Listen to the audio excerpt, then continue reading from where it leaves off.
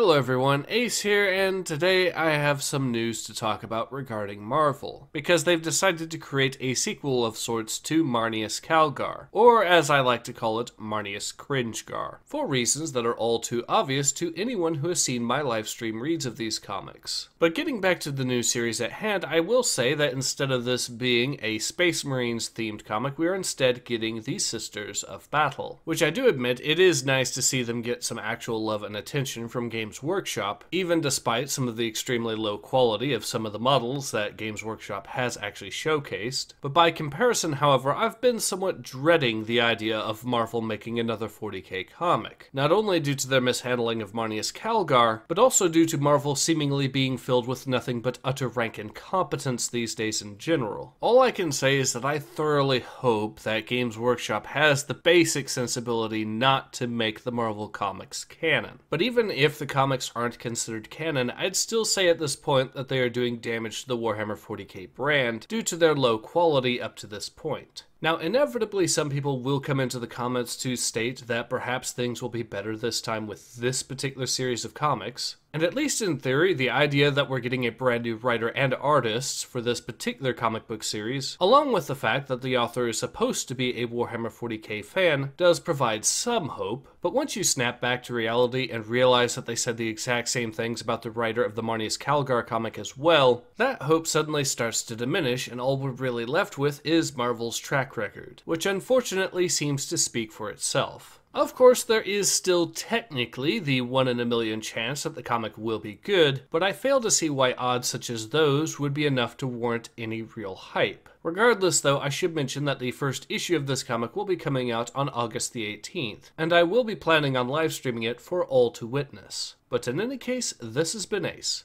Hope to see you guys again soon. Take care. Ace out.